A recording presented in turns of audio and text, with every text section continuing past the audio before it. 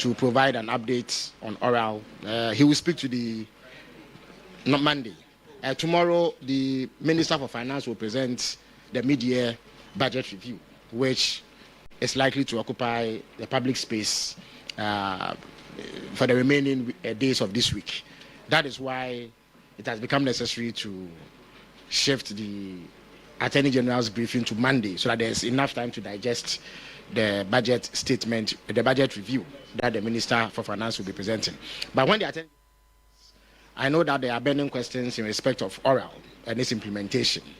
Only yesterday there was a matter of Unibank and some arrangement that has been reached. The Attorney General will take the opportunity to offer insights into the reasoning behind the position that was taken and announced yesterday.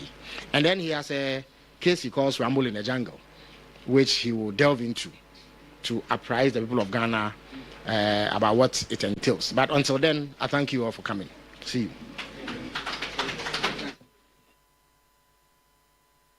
Citi Prime News at 12 midday. Updates you on all the running stories and connects you to the newsmakers. Citi News.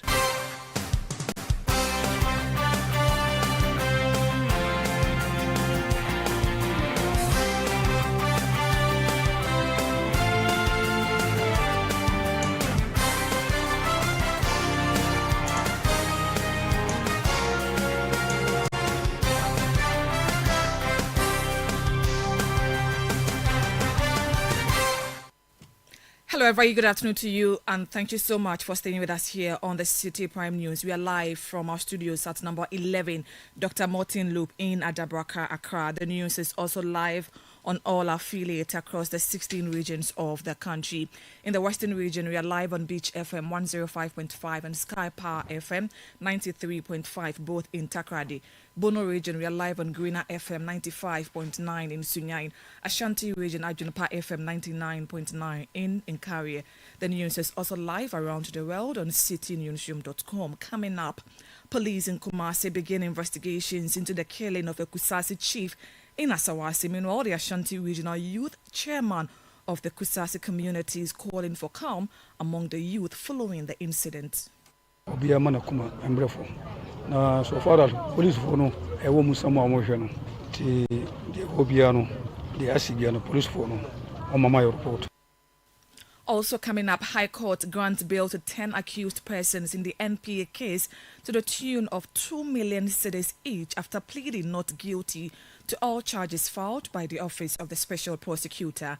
Still ahead, government seizes over 400 excavators and other mining equipment as part of intensified operations against illegal mining across the country.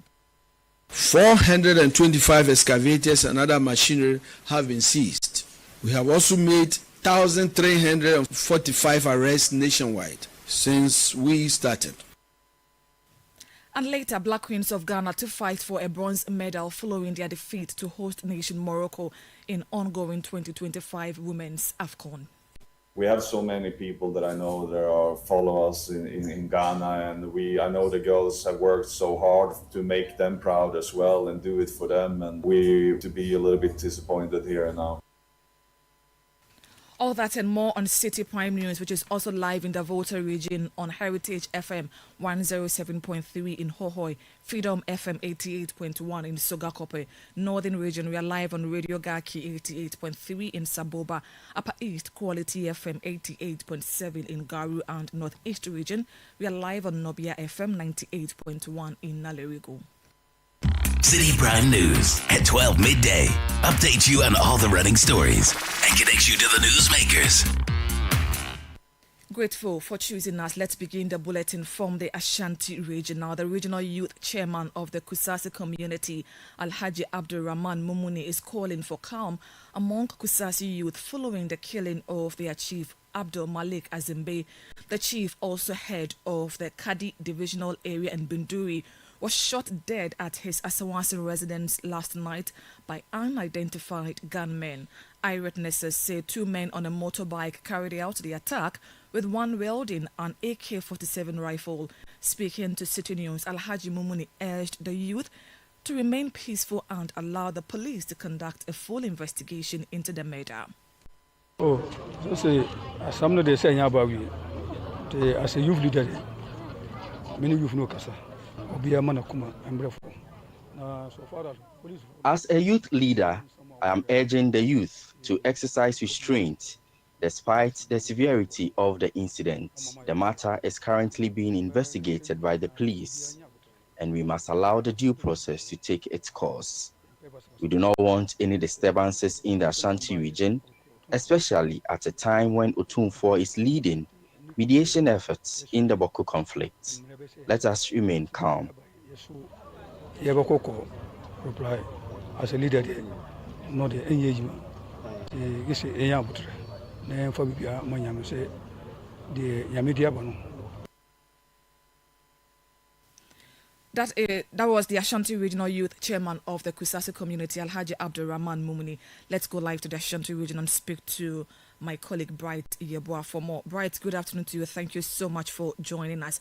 What's the current security situation where you are? Good morning, good afternoon, Hawa, and good afternoon to our listeners. So early this morning, we arrived at the chief residence, the chief of Kusasi, Malik Anzanab. Early this morning, we went there. In fact, there was tense mood. As you can see, lots of residents who had gathered there to commemorate with the family of the assailed chief in the community. In fact, at that time when we went there, we saw security presence. A lot of police could count at least 50 of fully armed. So when we went there, we had the opportunity of meeting some of the one person who happened to be at the very moment that happened. He tells me at the time that he was with the chief around 8 p.m. evening yesterday when they were actually having a church very moment right out of a barbering saloon. Unfortunately, two armed men on a motorbike got down just after they had gotten to the very place that they were seated chatting. One got out of the motorbike and shot the chief 2 times in the abdomen. So currently that's the situation in the Ashanti region, precisely the Aswasi in the Asukarimampong municipality. But as at the time I was leaving, the situation was calm, only that the security were at the spot, ensuring that everything was being followed to ensure safe and security in the community. Very well. You have been speaking to the regional youth chairman of the Kusasi community, urging the youth to remain calm. Does it look like the fear of reprisal attacks? Absolutely. So he makes mention of the fact that it's very important as at this time that their chief, their leader in the region, stray from any confusion whatsoever that may come up. So he's just urging the youth community just to stay calm while the police embark on the investigation into the incident. We understand the Asukarimampong Municipal Security Council has been to the scene of the murder. What exactly has the MCE been saying? The Asukarimampong Municipal Council leader, led by the Municipal Chief Executive, Ben Abdallah Al-Hassan, was at the scene today. In fact, he condemned the attack, the killing of the chief. He said, in fact, in his address to the media, he is actually urging the youth just to refrain and stay calm as the police has begun investigation into the incident. This is very tragic, extremely tragic, and I extend my heartfelt condolences and that of the President of the Republic, as well as the Honorable Member of Parliament and all residents within the municipality, to the grieving family. We mourn with them in this sad moment. It is a sad spectacle, and our prayers and hearts are with them as they mourn their beloved. I continue to urge a lot of restraints among the youth over here as I calmed them down during my speech. I will continue to urge calm and ask that they allow the security to finish the investigations and be able to unravel the circumstances surrounding this barbaric act. And so I urge calm, and as Municipal Chief Executive, I'm also in communication with the security chiefs, and I'm getting the briefing, and our investigations are still ongoing, and we urge that they exercise some calm and restraints as we go about with the investigative processes, and surely justice shall prevail in the end. Ben Abdallah Al-Hassan is Municipal Chief Executive for Asokore Mampong. Earlier, you heard my colleague in the Ashanti region, Bright Yeboah. Meanwhile, Interior Minister and Asanwasi MP Muntaka Mohammed Mubarak has condemned the killing of the Ashanti region Kusasi Chief Na Abdul Malik Azimbe, describing it as a tragic and heinous act. In a statement, the minister extended heartfelt condolences to the bereaved family, the Kusasi community, and traditional leaders of the Kusau area. He said the killing was not just an attack on a respected chief, but a blow to national peace and security. Muntaka Mohammed Mubarak assured that security agencies are working to arrest the perpetrators and urged residents to stay calm and cooperate with investigations. This is still the City Prime News on 97.3 City FM. I'm Hawa Idrisu Mustafa. Still to come, High Court grant bail to 10 accused persons in the NPA case to the tune of 2 million cedis each after pleading not guilty to all charges filed by the Office of the Special Prosecutor. We have details of that, plus other stories coming up shortly. Please stay with us. City Prime News at 12 midday. Update you on all the running stories and connect you to the newsmakers. Are you a student in Ghana? Are you 11 to 15 years old? Are you ready to write, think, and analyze your way into hearts and minds and straight to the top? Then it's time for you to get ready for the Literacy Challenge 2025. For Level 1, this year's big essay topic is, in not less than 600 words, discuss the effects of climate change on agriculture in Ghana. What challenges do these effects create for individuals, families, communities, and the nation? Suggest practical solutions to help all Ghanaians mitigate these challenges. Your essay must be in your own handwriting. It must be endorsed by a parent or a guardian. Add your full contact details. Deadline, Saturday, 26th July, 2025. Submit entries to the front desk of Channel 1 TV or City FM, or mail to P.O. Box GP 14123 across Central. If you make it to Level 2 and go on to win Level 3, you will win 10,000 Ghana Cedis cash, a glitzy trophy, and bragging rights as the most outstanding all-round student in Ghana. So, get writing and show the nation what you've got. For more details, call 0205-973-973. The Literacy Challenge 2025 is powered by City FM, supported by Channel 1 TV, and is sponsored by Belmu and GB Assessment.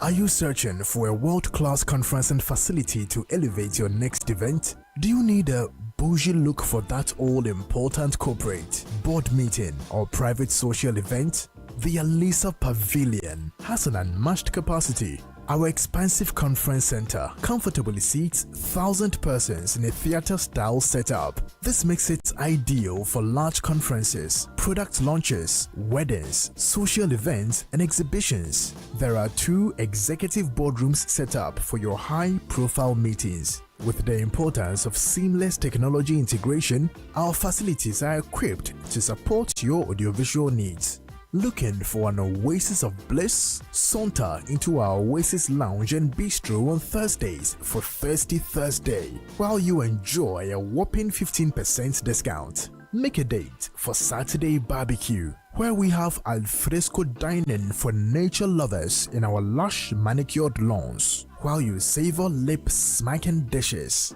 The Alisa Hotel Pavilion, where great minds convene and beautiful memories are created.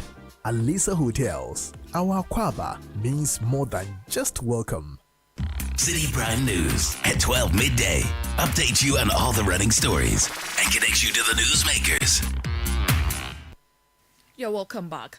Now, all 10 individuals and corporate entities implicated in the 280 million cedis National Petroleum Authority extortion and money laundering scandal have pleaded not guilty to a range of charges filed by the Office of the Special Prosecutor. The pleas were entered during their arraignment at the High Court today. The accused persons include former Chief Executive of the NPA, Dr. Mustafa Abdul Hamid, Coordinator of the Unified Petroleum Pricing Fund, Jacob Kwamena Amoa, and an NPA employee, Wendy Newman. Each denied all charges when presented before the court. The charges stem from what the OSP described as a large-scale extortion and money laundering operation allegedly carried out between 2022 and 2024. According to prosecutors, the first three accused were the mastermind of an illegal scheme that targeted oil marketing companies and bulk oil distribution companies. Meanwhile, the accused persons have been granted bail to the tune of 2 million cedis each. Mustafa Abdul Hamid, Jacob Kwamena Amoa, and Wendy Newman are to present two sureties who earn a net salary of 5,000 cedis each to be justified. They are to report once every 2 weeks to the Office of the Special Prosecutor. The other accused persons, Albert Ankara, Isaac Mensah, Bright Bediako Mensah, and Kweku Abwaji Akwa, are to present three sureties, one to be justified with landed properties each. They are also to report once every 2 weeks. The case has since been adjourned to August 26, 2025. Now, government says a total of 425 excavators and other mining machinery have been seized as part of intensified operations against illegal mining across the country. Minister for Land and Natural Resources Emmanuel Amakofi-Boa says the Forestry Commission, which is actively involved in the clampdown, has also confiscated a range of equipment from illegal miners. He added that over 1,000 persons have been arrested nationwide, with 1,200 excavators impounded and awaiting validation before clearance at the Tema ports. In the fight against Galamsey, it must be noted that 55 small-scale mining licenses issued during the transitional period were revoked at the beginning of the year. Additionally, 907 out of 1,278 licenses, and these are small-scale mining licenses, are now under review for possible revocation due to irregularities identified by the Small-Scale Mining Review Committee. 425 excavators and other machinery have been seized. We have also made 1,345 arrests nationwide since we started, and prosecutions are steadily progressing. I believe that the Attorney General will speak to these prosecutions and give us an update when he takes his turn. 177 excavators have been seized under the Forestry Commission, 4 bulldozers, 12 vehicles, 43 motorcycles, and 155 pumping machines, 184 shamfans, 15 detector machines, and 10 heavy-duty generators have all been seized, and 286 persons have also been arrested. These are under the Forestry Commission, and they make up for the total numbers I gave earlier. The minister further stated that 5,500 hectares of forest reserves have been destroyed. However, he noted that the Forestry Commission has successfully reclaimed all 9 red-zoned reserves that were previously occupied by armed groups. One of the greatest challenges at the forestry subsector is deforestation and forest degradation, largely due to illegal mining, illegal logging, wildfires, and unsustainable agricultural practices. Within the forest reserves alone, over 5,500 hectares. And I think I keep repeating this. That is equivalent to 7,500 football fields. That has been degraded. But I'm happy to announce that in collaboration with law enforcement agencies, the Forestry Commission has successfully repossessed all 9 red zone forest reserves previously occupied by armed gangs. At the beginning of my service as a minister, I informed the people of Ghana the crisis we face. But I'm happy to tell you today that today we have repossessed all these forests.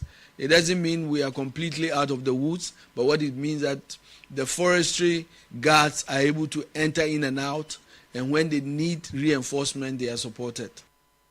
The Lands Minister also stated that progress has been made in resolving the dispute between Azuma Resources Ghana Limited and engineers and planners over the Black Voter Gold project. He indicated that Azuma Resources has since responded positively to his 7-day directive for both parties to resolve the issue amicably. Yes, I issued a directive on the July 10th and there were really good justification for the minister responsible for mining to do that. First, Ghana is a shareholder in that enterprise. You have 10% in that enterprise. Any delay in continuing the exploitation of that resources affects the people of Ghana directly in terms of revenue, taxes, and empowering the people in those areas. This particular lease has been given for over 5 years or so. And so first it was within the minister's right to make sure that we address the issue. But I'm happy to inform you that after that letter, these two companies have really made progress. In fact, I received a letter from Azuma Resources informing me that they reached very conclusive agreements with the EMP. And that should tell you that I think those in it, that letter really has impact. Minister for Lands and Natural Resources Emmanuel Ama Kofi-Boa, a final year student of the Wati I Ahmadiyya Senior High School in the Upper West region, is in critical condition after being stabbed during a fight on campus on Tuesday night. The clash reportedly started over a video taken without consent. The suspect, also a final year student, allegedly stabbed the victim in the ribs and stomach. Police intervened to prevent retaliation and arrested the suspect. The victim is currently receiving treatment at the Wa Regional Hospital. Police have since begun investigations into the incident. Now, Ghana's Black Queens stand to earn either $300,000 or $350,000 from their third place playoff clash against South Africa on Friday in Casablanca, Morocco. The Queens have already made history by reaching the semi-finals of the Women's Africa Cup of Nations for the first time since 2006. They were aiming to go a step further by booking a place in the final, which would have been their first since that year. Gabi Ofer of the Citi Sports Desk has more in the following report. Despite falling to host nation Morocco in the semi-finals, the Black Queens still have it all to play for as they face South Africa in the third place playoff on Friday in Casablanca. The Queens reached the last four of the ongoing Women's African Cup of Nations for the first time since 2016, a remarkable feat under head coach Kimlas Bjørgren, who was appointed just 4 months prior to the tournament. Many believe the Swedish tactician has already exceeded expectations. Following the 4-2 defeat to the Atlas Lionesses of Morocco at the Olympic Stadium in Rabat, Bjørgren expressed pride in his players despite falling short of a historic first final appearance since 2006. We have so many people that I know that follow us in Ghana, and I know the girls have worked so hard to make them proud as well and do it for them, and so I know it means a lot for many people. So we need to be a little bit disappointed here and now.